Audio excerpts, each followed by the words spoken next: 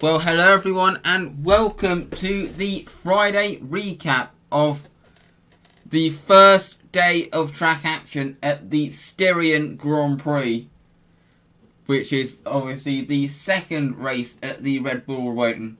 And we start off with the big news, which is at the beginning of the day, which is that we have two more races confirmed on the calendar in the form of two races that aren't really surprising, considering that they have been on the radar for some time. Mugello will follow a week. There'll be a race in Mugello for the first ever time a week after the Italian Grand Prix in Monza, so we will have two races in Italy.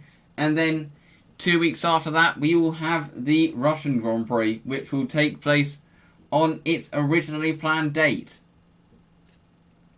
So that was the news at the start of FP1. So, but in terms of track action, let's run you down what happened today here in a fairly interesting first day of the second weekend at the Red Bull Ring.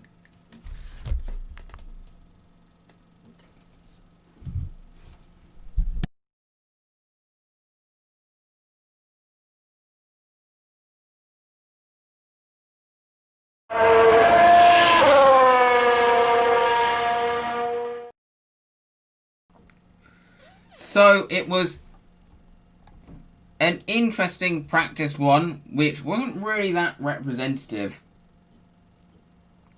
I mean, I was wondering what the practice sessions were going to be like, if you consider the fact that they already have a lot of data. But these sessions had more of an urgency to them this weekend, and the reason for that is because tomorrow there is a deluge expected, which a lot of teams are concerned could wipe out qualifying. If for whatever reason they can't do it on Sunday, then what that will mean is that the Practice 2 results will be the starting grid for Sunday's race. So they are putting quite an emphasis on it. But there was drama immediately as Nicholas Latifi stopped out on track.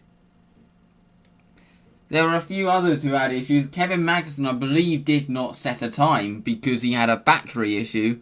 There were a few spins, such as Danny Kvyat had a spin during the session. Whilst there are a couple of drivers who were making practice appearances. Robert Kubica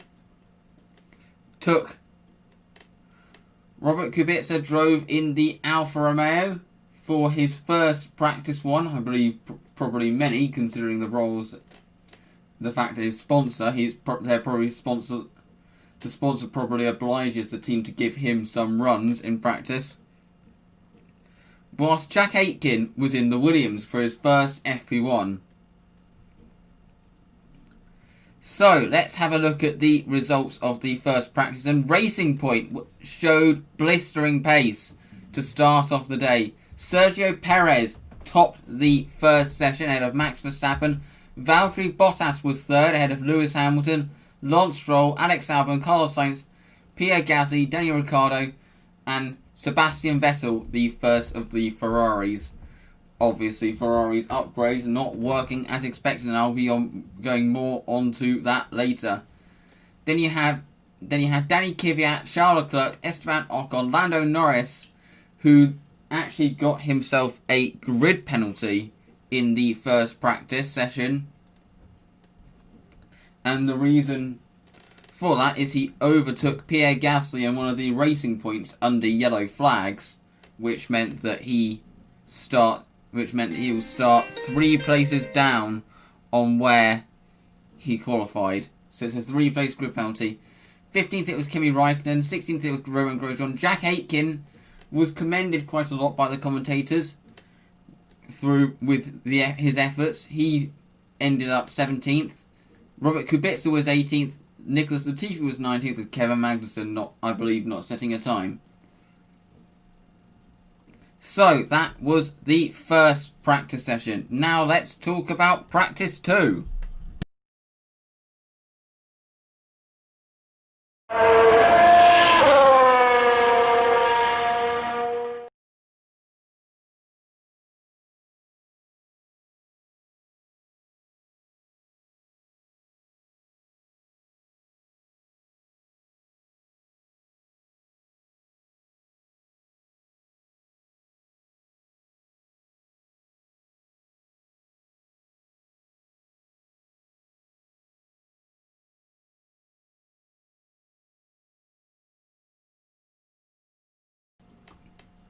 Sorry about that, forgot to turn my mic back on. But now let's talk about Practice 2. Now, Practice 2, a lot of the teams believed could set the grid. So there was a lot more emphasis on qualifying and a lot less race running. And as you see on the screen now, there was drama immediately, as Daniel Ricciardo had quite a hefty shunt at the penultimate corner. He went in, he lost the rear and just went rearwards into the wall, into the tyre wall. He was limping a bit, but he got out of the car fine. But that if this practice session does end up setting the grid, he will start from the back of the grid. And there were a lot of mistakes coming. There were a lot of mistakes. There are a lot of teams had teething issues. Like, for example, Max Verstappen had a momentary power issue mid-session, which is a bit concerning considering that Honda hoped that they fixed the engine issues from last week. Then Alex Albon had a couple of spins. Turn 7 was really catching the drivers out. We saw Mick Schumacher go off in the Formula 2 session, and then we saw Alex Albon go off in the F1 session, and also Sebastian Fernandez in the Formula 3 qualifying, as you're going to see, as I'm going to talk about later on. And it was a very interesting session, because, as I said, people thought it felt like it was kind of like a qualifying session. People thought it could set the grid. So if it did set the grid, it would be Max Verstappen on pole position, ahead of Valtteri Bottas in second. Sergio Perez was third, ahead of Lance Stroll. A good day for Racing Point overall. Carlos Sainz ended up fifth, ahead of Lewis Hamilton, who seemed to really struggle in that session. He, for some reason, could not get on terms with his teammate today. And he was only sixth today, which would be a very disappointing qualifying if it ended up being the grid. Alex Albon also struggled, as I mentioned. He made a couple of mistakes. Then you had Lando Norris. I mean, if it was the grid, then Lando Norris would start 11th. You had Charles Leclerc was 9th fastest, the fastest of the two Ferraris. Really, once again, Ferrari really looking poor. Esteban Ocon was 10th in practice 2. Then you had the two AlphaTauris. Both had a bit of an... There was some weird team radio going on between the two of them. Mostly from Pierre Gasly. Not happy about something regarding getting the tow. And it just... Something wasn't working as planned. Then you had Kimi Raikkonen, the two Alfa Romeos of Kimi Raikkonen and Antonio Giovinazzi. That was his first session after sitting out FP1. Then you had George Russell, and then in 16th was Sebastian Vettel. Ouch. That Ferrari, he is not liking at all. He just can't get along with the car at all, become at one with the car. He was all over the place every time you saw him. And it's just a dismal car, that is. And Ferrari really need to improve it. They'll be hoping that the full updates that come in Hungary next week will actually do the job. But the fact that they put some of the updates on the car now and it doesn't seem to have made a difference, it's not really that much of a good sign. Then you had Nicholas Latifi, Williams looking fairly strong, Haas looking woeful. 18th was Kevin Magnussen after missing FP1. 19th of Roman Grosjean, obviously, with his crash. 20th was Daniel Ricciardo. Now, it's going to be interesting where the qualifying is going to... I'd say it's unlikely that this will be the grid, because I'd say that that even with a packed schedule, F1 will be given priority. So if they have to move a couple of support races out of the way to make way for the Formula 1 qualifying session, they probably will do so, seeing as it's the headline event. But I will be going on to that later, what will happen.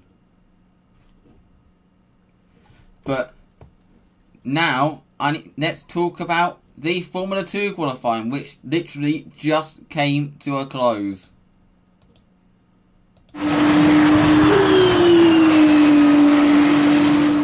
So, it was a very interesting Formula 2 qualifying session which saw Yuki Tsunoda take pole position for Carlin.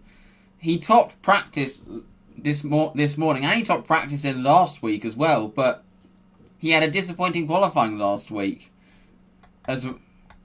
But he has kind of made up for that, as he will be on pole position for tomorrow's race. Carlin really looking good, both drivers, and this really backs up what I said. I mean, at first I said that he could be being promoted too early, and that because he didn't have experience with a top team last year, so he may have needed that experience.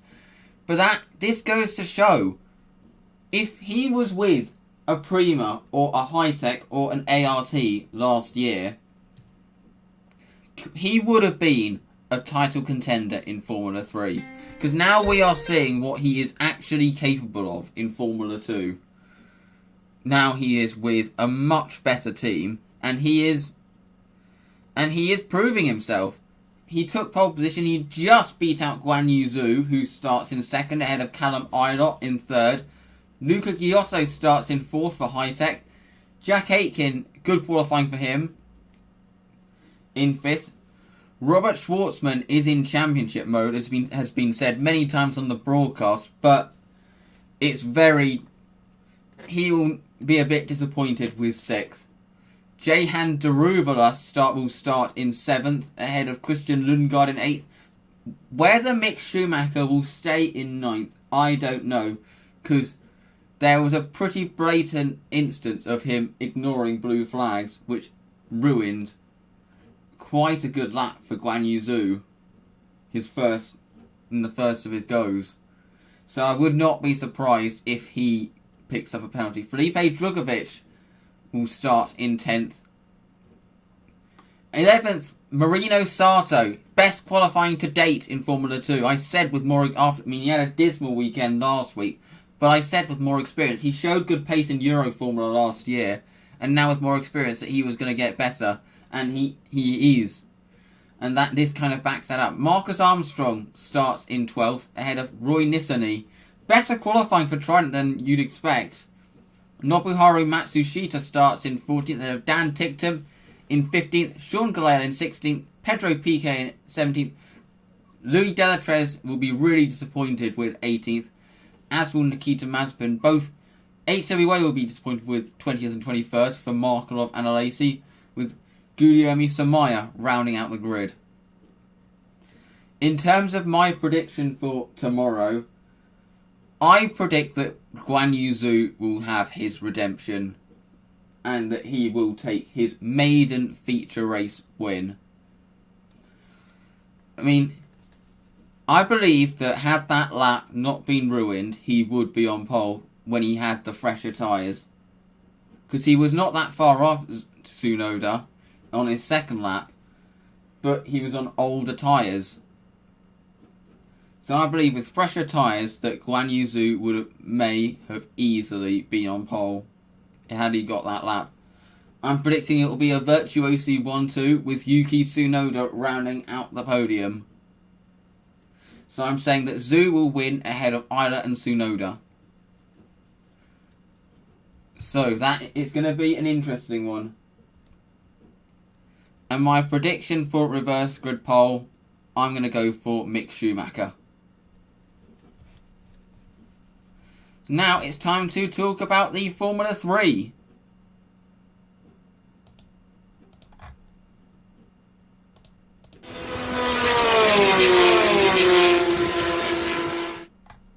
So we had the Formula 3 qualifying session again today, and it was looking like it could be a repeat of last week. But Sebastian Fernandez, who was looking like he was the favourite for pole, he managed to put it in the wall. He spun off at turn 7, and he was out of qualifying. There was a couple of red flags which delayed caused F1's practice to be delayed. As we also saw Igor Fraga come to a halt with a mechanical issue. But in terms of the grid, it was Frederick Vesti who took pole position ahead of David Beckman in second. Logan Sargent starts in third, ahead of Oscar Piastri in fourth. Teo Pulcher starts in fifth, ahead of Lorem Zendelli in 6th, Alex Peroni in 7th, Ollie Caldwell in 8th. Sebastian Fernandez dropped down to 9th as a result of not getting his final run, with Liam Lawson rounding out the top 10. It's also important to note Logan Sargent, he was on provisional pole, but he did not get a final run for some reason. Seemingly some mechanical issue. Richard Verschoor starts in 11th, ahead of Alexander Smolia in 12th. Max Utrell starts in 13th, ahead of Nannini, Dunner, Hughes, Viscal, Stanek, Hauger, Flörsch. Enzo Fittipaldi will be disappointed with 21st, ahead of David Schumacher in 22nd. Jack Doohan probably expected better than 23rd. Igor Fraga obviously had his technical issue. It was a bad qualifying for Carlin. Clement Novalak would have expected better than 25th. Then you had Caleb Williams, Inem Ahmed, who once again struggled, Cameron Dass, Federico Malvestiti, and then Alessio Daleda.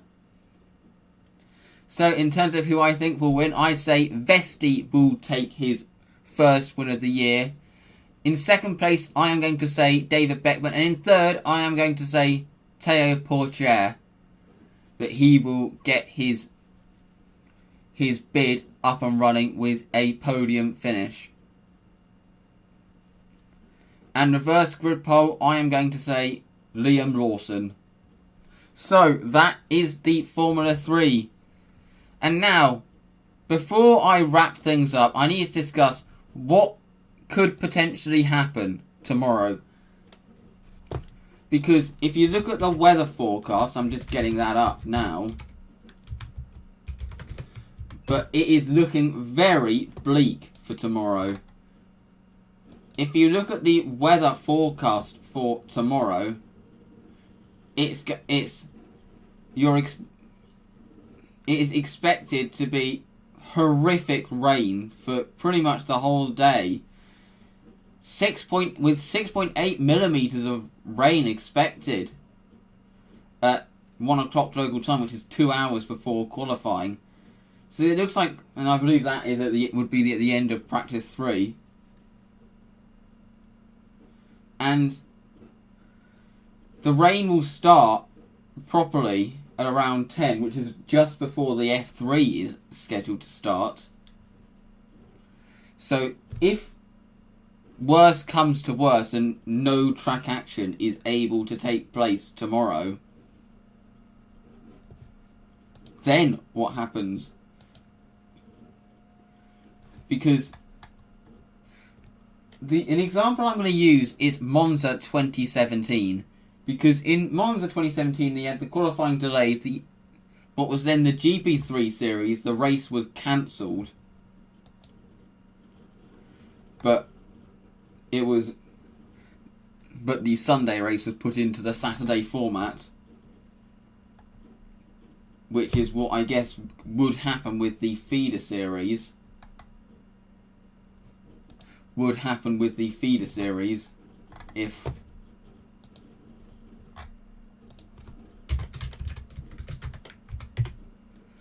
If qualifying is able to get going and they're not.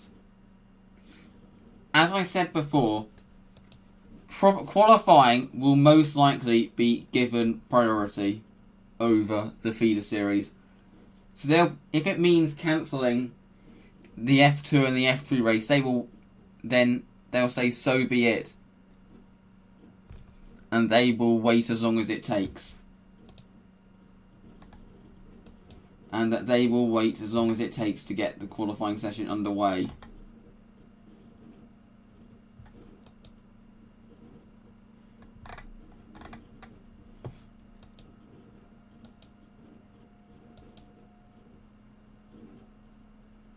But it is going to be, as I'm just getting more of the weather forecast up.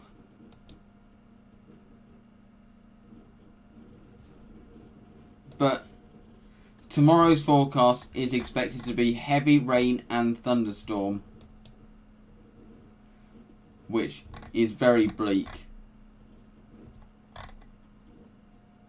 There is orange warnings for thunderstorms as well. So if it is like that,